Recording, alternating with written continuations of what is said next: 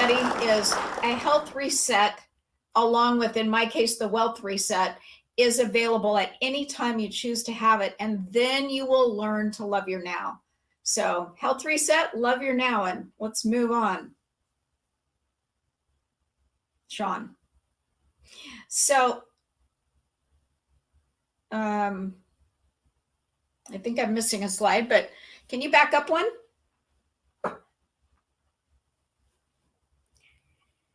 Well, brain health's important. We'll just go with that. And one thing that we'll just go with brain health. That's fine. The thing that was right before this had a little bit to do with the importance of happiness. And my happiness slide was kind of fun. It was the Cliff Notes on happiness. And what it ultimately, I think one of my favorite things is knowing that your immune system will be improved if you stay happy. Your health and wealth will be affected positively or negatively, depending on whether you're happy or unhappy with your life or yourself or your health and wealth. And there are a number of important factors about keeping healthy. So the brain, of course, is one thing that people are most concerned about. And so we'll dive in there first. Food is definitely an effector. Why? Because food, you think to yourself, well, that goes into the gut. It doesn't go into the brain. When I feed myself, it goes down into my gut, but your gut's your second brain. So the brain and the gut talk to each other all day long. They're communicating on a regular basis. So if you don't feed your gut well, your brain isn't being fed well either. And the water is another key feature, because what your brain is 80% water. Now imagine when you've been over caffeinated, or perhaps you've had that night out on the town, you know what I mean, and you have dehydrated your brain. Are you thinking clearly? Are you working at your best? That's why people say, man, I've had 5 cups of coffee today and I still can't concentrate. I still can't keep my focus on my work. I'm just tired. Well, it's because you got that caffeine high and then crashed again, just like a sugar high and crash. And your brain gets dehydrated and it just will not serve you well. Sleep is another major factor. So what do we need to do with sleep? 7 to 9 minutes. That's kind of my nights until I went through school. Well, not quite that bad, but 7 hours minimum, 9 hours is kind of the range. And if you're getting enough sleep, your brain has time to work through what it had. It also is great for the memory because it works through what you had taken in that day and stores it in the place it's supposed to be stored. So if you're not getting enough sleep, your memories may be a little shy. You may not be experiencing early stages of dementia or Alzheimer's, which I know a number of people get worried about. It may just be that you're not getting enough sleep and your brain is not storing those memories where they need to be stored. Then we move into, I'm going to put my glasses on because for some reason my slides are teeny tiny. The exercise. Yes, of course, exercise. And anything is better than nothing. When you take a walk, that's certainly better than sitting all day long.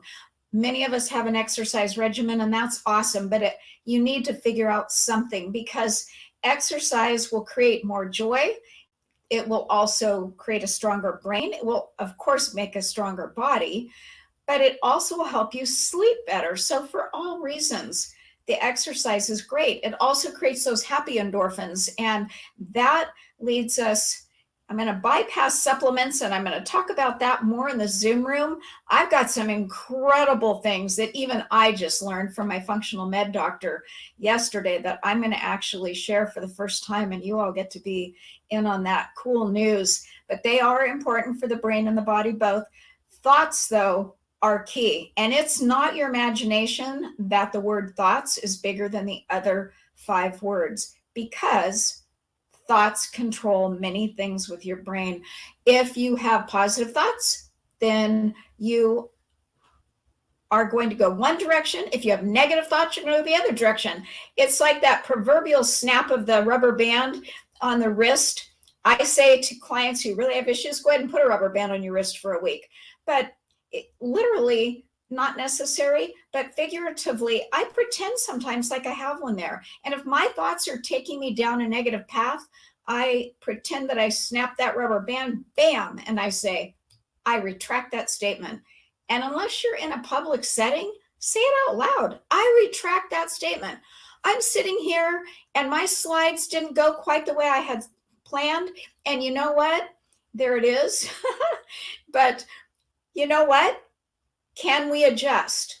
Or should I just have a meltdown, freak out, freeze up, forget what I was going to say? Oh gosh, I'm so dumb. I don't know how to. I retract that statement. Yes, I can control what I talk about, whether my slides are right or not. It's okay. And we all need to learn to do that. We were talking about thoughts, and we can probably go ahead and review this slide. I love this slide. It's one of my favorite slides because Cliff Notes are on happiness are including a number of things that people often take for granted. Are you thankful? Do you every morning and night say something praiseworthy about your day or about something in your life? Most of us don't think to do that unless we've taken that class, as Jim Rohn says. So what do I tell my clients? 3 and 3. 3 in the morning, get your journal out, write 3 things every morning while you're having your morning coffee or tea or water or whatever you do first thing. First thing in the morning, write down 3 things you're thankful for. And every evening, write 3 more things in that journal that happened that day that you're thankful for. What does that do? You start your day positive and you got a little more energy. And you end your day positive and you go to sleep peacefully. It's a beautiful thing to implement. Giving and oops, I lost you. Giving and helping go together. And just know that whether it's a random act of kindness or something you're doing for your family or your friends or business workers, and you've planned that, all of that gives you that feel-good feeling.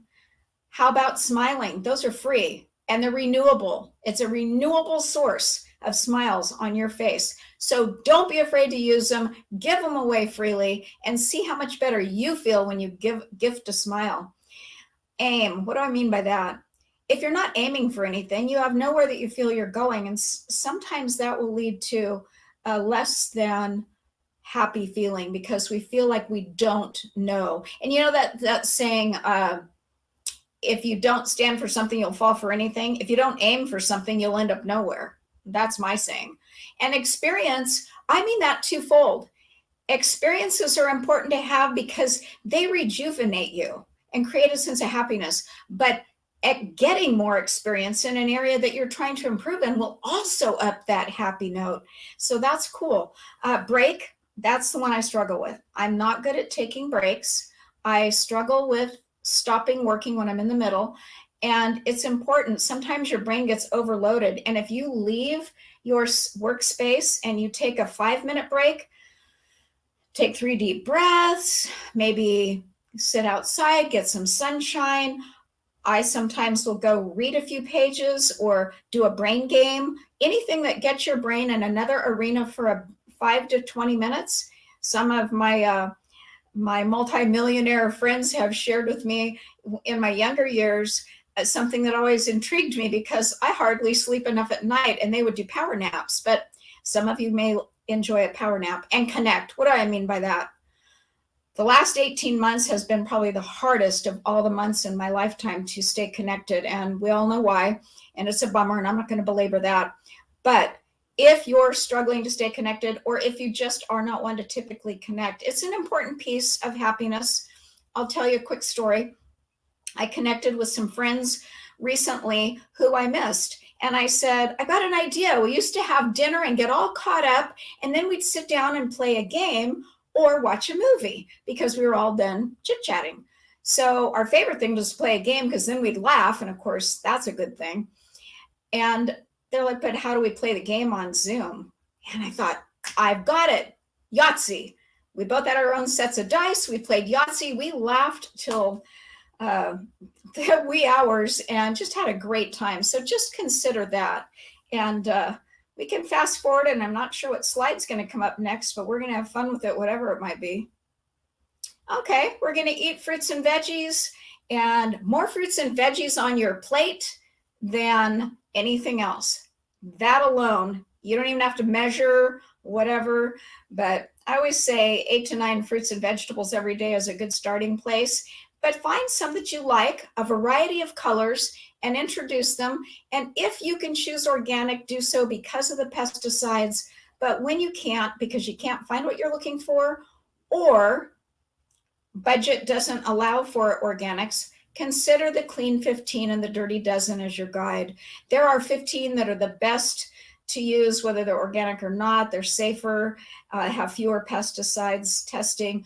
And then there is the Dirty Dozen, those 12 that are just the worst to consume on a regular basis with pesticides.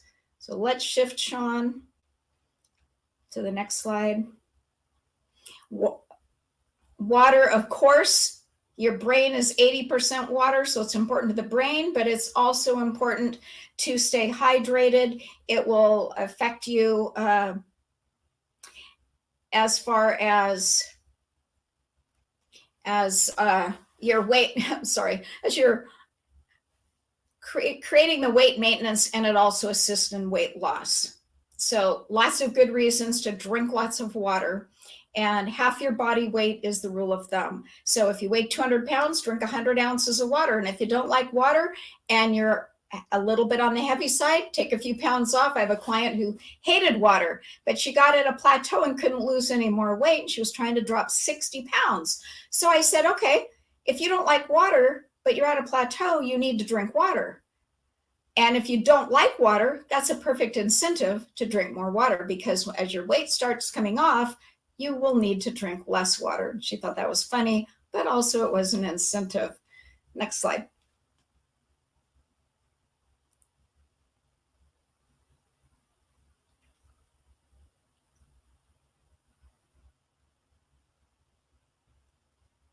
Sean, next slide. And maybe they're stuck. So let's see, what do we want to talk about next? One thing I can say is I get asked a lot about COVID and is there anything one can do? And just know this, creating a healthier lifestyle, both with what you eat, your water intake, the amount of sleep you have, the exercise you get, and the supplementation you take, that will, and you can stay on that slide, Sean, that will actually help you increase your immune system and give you more protection against any ailment, COVID or otherwise. So yes, you can enhance your immune system and create a better power punch. And as we've all been told, we have 21 days typically to make or break a habit. Who here has heard that? Of course. But just, I want you to know this, as a health coach, it takes 6 months to cement that habit. So it's always good to have a coach or accountability partner to help you stay on track, or a support system within the home or business to have somebody there that's going to help you track what you're doing and stay on track. I get asked more than anything when it comes to habits, what do you think? You've read my health history, you know a little bit about me. What do you think I need to do? Are there things I should add to my life or take away? There always is. So clean eating, and what do I mean by that? I just mean more fruits and vegetables as opposed to more packaged processed. Clean eating does not mean the same thing for everybody. That's a widely used, clean eating is a term that's widely used now. And I don't like it because for me, I can eat more lettuce, kale, spinach, and things like that. And that in lieu of something else will help my weight stay maintained, will help me have energy and feel good. However, I have friends who have autoimmune deficiencies, or say IBS or IBD, Crohn's. There are different diets that work for different people and different bodies with different things that they're dealing with. So I'm just saying, eat clean within the parameters that work for you.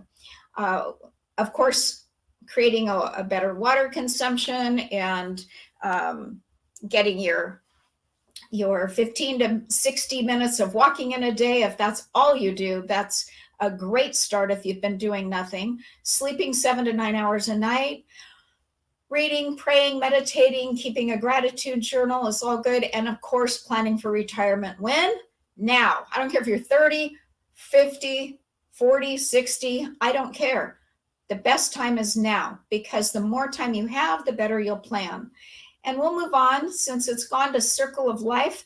Personal balance in all areas is important. And I want to point out here, the circle of life wheel houses the first 4 starting clockwise.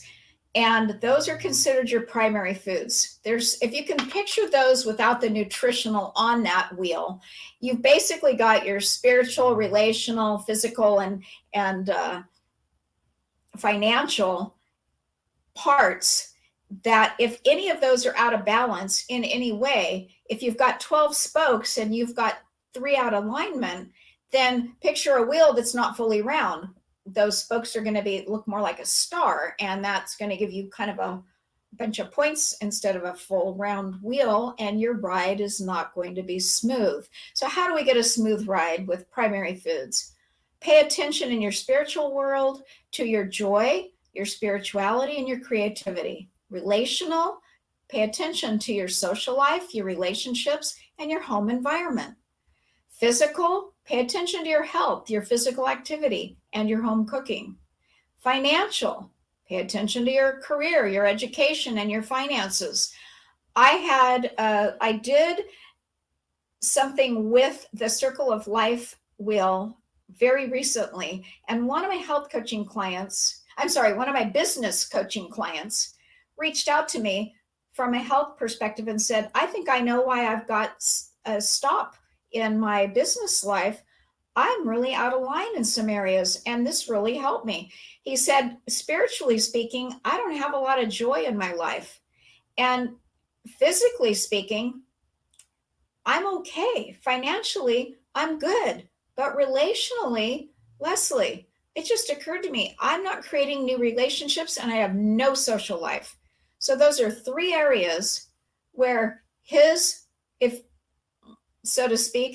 wheel was out of alignment, and he was paying the price. So now we know what we can work on. Sometimes as a business coach, I can help people create their business and finances to a better level if we back up to the health piece to then go forward. And the nutritional piece of that wheel is basically your secondary food. So you're going to choose better foods more easily if you are healthy in those other 4 areas of your life. Often, if those are out of alignment, your nutrition is automatically out of alignment. So it's always a thread. I say thread your way to success.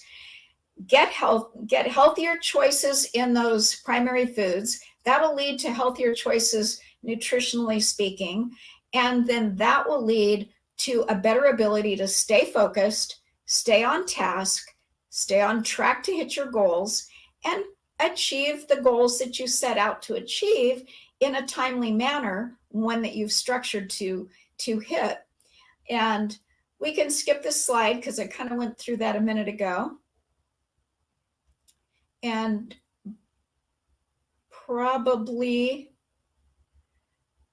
at this juncture, all I would probably want to say is I super appreciate all of you being here with me today, and I want you to choose to reset your health. Understand it is never too late for a health reset so that you can love your now. And I want to thank you for being here. And Sean, thanks for the opportunity to share some health information.